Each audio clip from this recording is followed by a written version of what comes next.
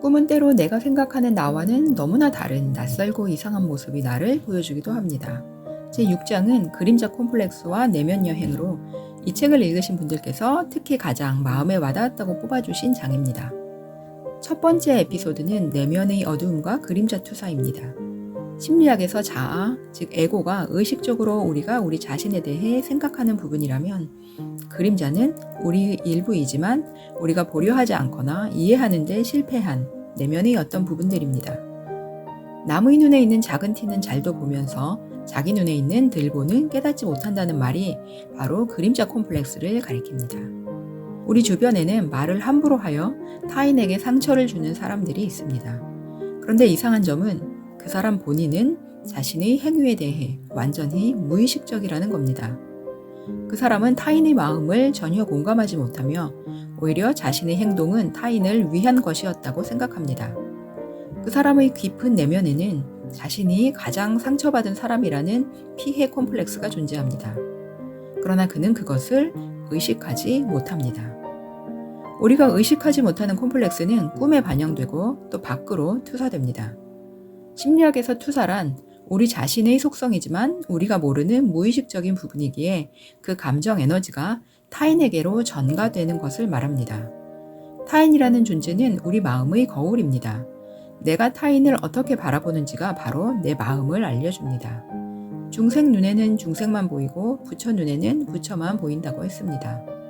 그러므로 지금 누군가에 대해 맹렬히 비난하는 사람은 바로 자기 자신에 대해 비난하고 있는 것입니다. 그들은 자신은 옳고 정의로운데 다른 사람들이 너무 부도덕하다고 한탄합니다. 그런 분들은 먼저 자기 자신의 마음속부터 점검해 보아야 합니다. 내가 비난하는 그 속성이 내 마음 안에 무의식적 콤플렉스로 잠재해 있을 가능성이 심리학적으로 매우 높기 때문입니다. 내 안에 없다면 내가 흥분할 일도 감정이 일어날 일도 없습니다. 누구든 인간이라면 그림자 투사로부터 자유로울 수 없습니다. 정도의 차이가 있을 뿐이죠. 투사는 무의식적 자동적으로 일어나는 심리 현상입니다. 아무런 투사 없이 세상을 있는 그대로 볼 수 있는 사람은 없습니다. 있다면 그는 이미 깨달은 존재이겠죠. 첫 번째 에피소드의 전문을 낭독해 주신 채널이 있어서 설명란에 링크를 첨부합니다. 두 번째 에피소드는 차별과 배제의 정치학입니다. 투사는 정치적으로 이용되기도 합니다. 나치는 유대인이 돈에 탐욕스럽고 여성들을 모욕하고 권력을 취하려 한다고 비난했지만 실은 나치가 스스로 그러했습니다. 북미에 처음 정착한 유럽인들은 인디언들이 탐욕스럽고 믿을 수 없는 존재라며 증오했습니다. 적반하장이죠. 히틀러에게는 독일 국민의 분노 그림자를 투사할 희생양으로 유대인이 필요했고 후쿠자와 유키치에게는 일본의 비근대성의 그림자를 투사할 아시아인들이 필요했습니다. 정치 권력은 국민의 그림자 콤플렉스를 자극해 가장 상처받고 나약한 집단을 오히려 미워하고 비난하게끔 조종합니다. 권력은 그림자 콤플렉스를 이용해 사람들이 서로 미워하고 갈등하게끔 만듭니다. 이제 스스로를 돌아보며 분노의 마음을 거두고 서로가 서로를 존중하며 이해했으면 합니다. 세 번째 에피소드는 거룩한 희생양입니다.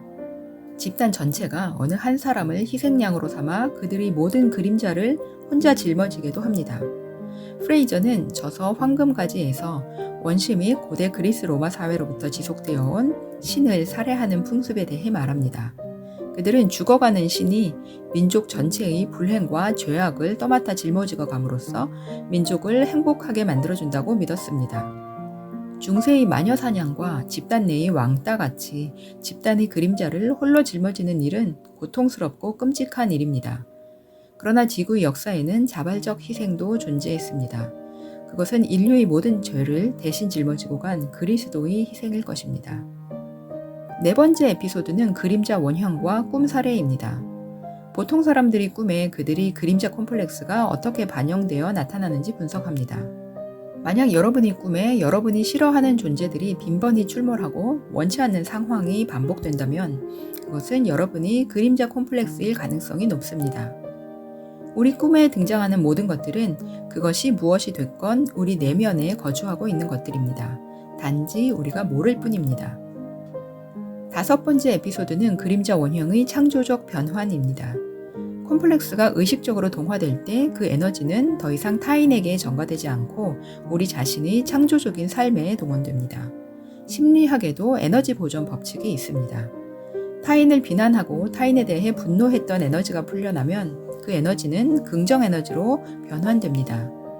신화학자 조지 캠벨은 그림자는 우리가 인정하지 않으려고 하는 것들이 묻혀있는 쓰레기 매립지인 동시에 실현되지 않은 잠재성이 보관되어 있는 지하 금고라고 했습니다.